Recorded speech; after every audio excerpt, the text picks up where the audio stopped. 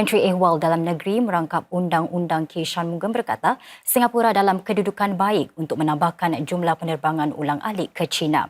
Berucap di Majlis Jamuan Tahun Baru China, Anjuran Hokkien Hui Kwan, Encik Shanmugam memberi perkembangan terkini iaitu kurang 5 kes import COVID-19 dari China dicatatkan setiap minggu.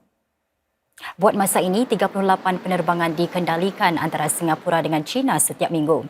Ini kurang 10% daripada jumlah penerbangan Singapura-China sebelum pandemik COVID-19 melanda.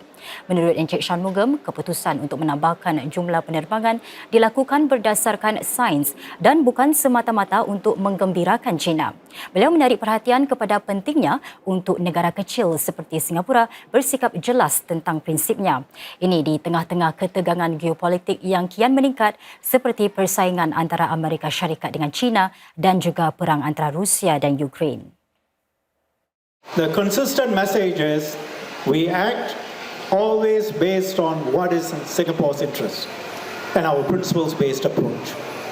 Globally, our message to others, everyone, must be Singapore is different, Singapore knows what it needs to do, and more importantly, that we have the courage and the will to do the right thing for Singapore. Encik Shanmugam menambah kumpulan-kumpulan seperti Hokkien Hui Kwan boleh terus memainkan peranan penting bagi generasi-generasi masa depan. Ini termasuk memupuk nilai-nilai yang betul dan membantu para pendatang baru berintegrasi ke dalam masyarakat. Beliau berkata ia akan membantu pemerintah memastikan bahawa dasar-dasarnya hanya boleh diputuskan rakyat Singapura sendiri. Saudara, para pesalah wanita kini dapat mengikuti kelas agama menerusi program Insan Mukmin. Walaupun masih menjalani hukuman, mereka dibawa ke Masjid Darul Aman bagi menjalani fasa ketiga program kaunseling agama intensif itu. Program itu yang sebelum ini hanya ditawarkan kepada pesalah lelaki. Antara 7 pesalah wanita yang membentuk kohort pertama program Insan Mukmin bagi Muslimah ini ialah Yati bukan nama sebenar. Sejak 2010, beliau sudah 4 kali keluar masuk penjara akibat penyalahgunaan dada. Hasil bimbingan para asatizah dari Pergas dan pendamping dari Pejabat Fitrah, ibu tunggal 10 orang anak itu yang dahulunya akur cetek pengetahuan agama, kini bersyukur dapat timba ilmu kerohanian. I learn in depth about my religion. Then actually ask from the ustazah about the short surah for me to imply lah dalam punya solat harian. Apa yang buat saya nak istiqamah terus is because I hope after I complete this Insan Mukmin, I nak further to diploma in Islamic study, and I also want to motivate my kids. Itu important lah kan. I pun nak anak-anak I jadi orang yang berguna, anak-anak kita pun dah besar, so I tak nak anak-anak I follow my footstep. Di Masjid Darul Aman inilah Yati bersama para pesalah wanita yang lain jalani fasa ketiga program Insan Mukmin hasil kerjasama Pergas, Pejabat Fitrah dan Jabatan Penjara Singapura. Bagi 2 fasa program kaunseling agama intensif itu, ia diadakan di dalam penjara. Program yang dirintis pada 2015 ini pada mulanya hanya ditawarkan kepada pesalah lelaki, namun setelah mendapat respons yang positif, ia diluaskan kepada pesalah wanita. Sejak kami melaksanakan program Insan Mukmin ini, selama lebih kurang 50 peserta daripada bantuan pesalah dan bekas pesalah lah, hingga sini yang sekarang kita lebih kurang ada dalam 20 yang sedang menjalani, masih berterusan dengan program ini. Kita ada asatizah lelaki untuk pesalah lelaki, asatizah wanita untuk pesalah wanita, dan pendamping-pendamping juga ialah mengikut gendernya lah, yang lelaki atau wanita. Sesi pada hari ini juga lebih istimewa dengan kehadiran Menteri Negara Kementerian Ehwal Dalam Negeri Profesor Madya Muhammad Faisal Ibrahim. Beliau memuji serta menghargai sokongan yang diberikan pihak masjid dan para sukarelawan. Dengan semangat bergotong royong ni, semangat untuk menyumbang kepada mereka yang memerlukan, kita bukan saja boleh memberikan ruang pemulihan bagi mereka, kita boleh membangunkan Singapura yang lebih baik.